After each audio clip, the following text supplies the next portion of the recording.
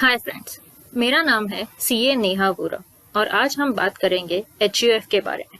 कैसे एचयूएफ आपको tax benefit दे सकता है और आपके टैक्सेशन में डबल बेनिफिट भी। आज इस वीडियो में हम लोग मेन 4 चीजें कवर करेंगे। एचयूएफ क्या होता है, उसका टैक्सेशन कैसे होता है, एडवांटेजेस और ड्रॉबैक्स क्या होते हैं और एचयूएफ के लिए आप कैपिटल कैसे क्रिएट कर सकते हैं और इन्वेस्टमेंट एचयूएफ से कैसे कर सकते हैं। So what is HUF? HUF मतलब एक सेपरेट लीगल एंटिटी होता है।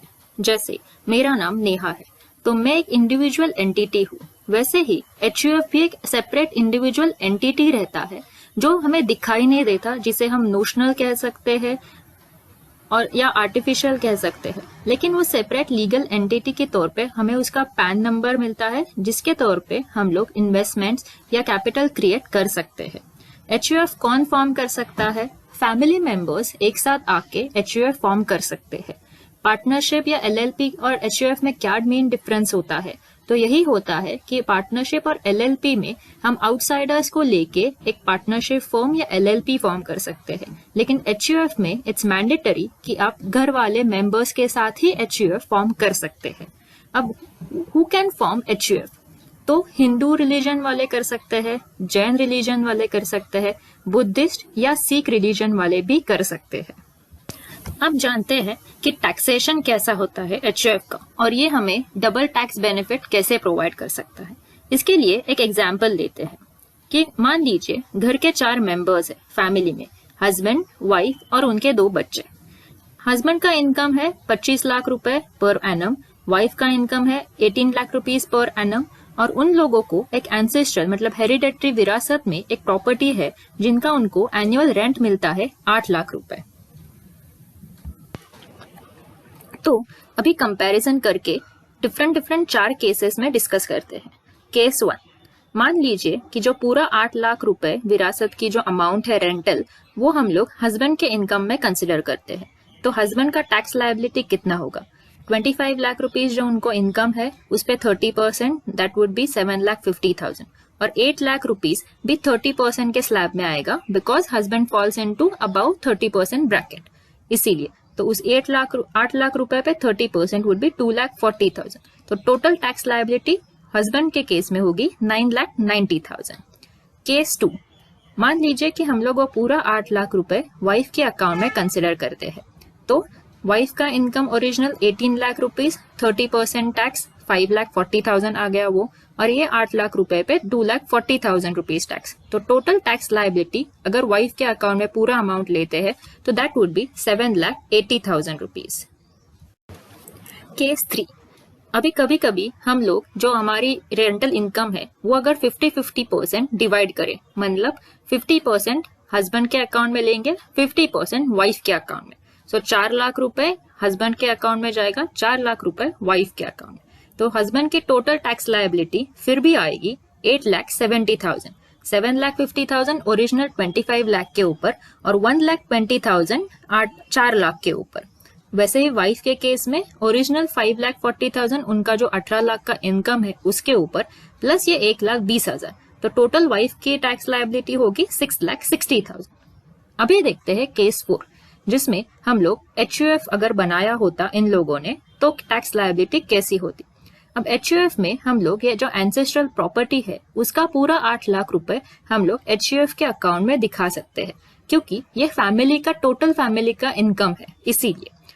अगर वैसा दिखाएंगे तो टैक्स लायबिलिटी 8 लाख के ऊपर 10% ब्रैकेट में ही ये टैक्स लायबिलिटी आएगा और इसीलिए आपको टैक्स लायबल आएगा सिर्फ 80,000 रुपीज। ओरिजिनली जो आपका 2,40,000 टैक्स आ रहा था वो डायरेक्टली कम होके 80,000 तक आता है। इससे आपके 1,60,000 टैक्स में बचत होती है। अब हम जानेंगे एडवांटेजेस और ड्रॉबैक्स क्या होते हैं। एडवांटेजेस के ध्यान करें तो एज आई मेंशन बिफोर कि आप एचयूएफ फॉर्म करने के बाद एक सेपरेट पैन कार्ड मिलता है, जिसके तौर पे आप अपने कैपिटल क्रिएशन, इन्वेस्टमेंट्स अलग तरीके से भी कर सकते हैं। अपना फैमिली इनकम, जैसे इस केस में एंसेस्टर जो प्रॉपर्टी था वो हम लोग एचयूएफ में दिखा के टैक्स भी सेव बहुत सारा कर सकते हैं और एडिशनल इन्वेस्टमेंट ऑप्शन भी बहुत सारे होते हैं इसके लिए, क्योंकि HUF भी एक इंडिविजुअल लीगल एंटिटी के तौर पे ही माना गया है। और ड्रॉबैक्स अगर देखा जाए तो ड्रॉबैक्स ये होते हैं कि सारे फैमिली मेंबर्स जितने भी HUF के हिस्सेदार रहते हैं वो सारे मेंबर्स इक्वली लायबल रहते हैं assets and liabilities of HUF के लिए। अब हम जानेंगे कि आप HUF के लिए कैपिटल क्रिएट कैसे कर सकते हैं। अगर आपका HUF नया फॉर्म्ड है और एज सच कुछ उसमें कैपिटल नहीं है तो उसमें आप गिफ्ट ले सकते हैं अप टू 50,000 रुपीज। अगर घर में किसी की शादी है या कुछ ऐसा प्रसंग है तो उसके लिए अप टू 50,000 आप अपने रिलेटिव्स या फ्रेंड्स से गिफ्ट ले सकते हैं, अप टू 50,000 ओनली। या फिर आप फैमिली मेंबर्स से लोन ले सकते हैं। लोन का जो इंटरेस्ट कंपोनेंट आप उन्हें वापस करेंगे या प्रिंसिपल भी आप बिजनेस एक्सपेंस के तौर पे दिखा सकते हैं।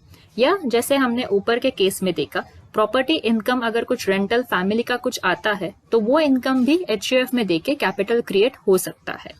अब HUF से आप इन्वेस्टमेंट के बेनिफिट्स क्या क्या रहते हैं। मेनली आप बिजनेस में इन्वेस्ट कर सकते हैं। अगर आपका कैपिटल बहुत बड़ा है तो आप नए नए बिजनेसेस में इन्वेस्टमेंट कर सकते हैं।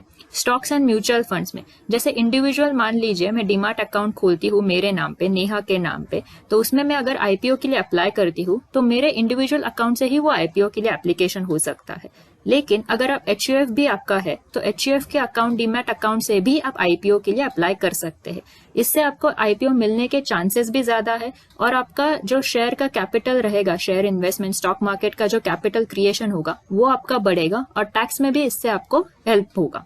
आप फिक्स डिपॉजिट्स बना सकते हैं, उसका इंटरेस्ट आप कंपोनेंट आपके इन्वेस्टमेंट के तौर पे यूज कर सकते हैं। प्रॉपर्टी नए परचेस और सेल कर सकते हैं, वो पूरा HUF में जाएगा, ना कि आपके इंडिविजुअल के टैक्सेशन को अफेक्ट करेगा। ATC के इन्वेस्टमेंट जो होते हैं, LIC एक्सेट्रा, वो भी आप इससे कर सकते हैं। ऐसे ही नए टैक्स सेविंग ऑप्शंस के बारे में जानने के लिए हमारे चैनल CA नेहा वोरा को जरूर सब्सक्राइब कीजिए। Thank you.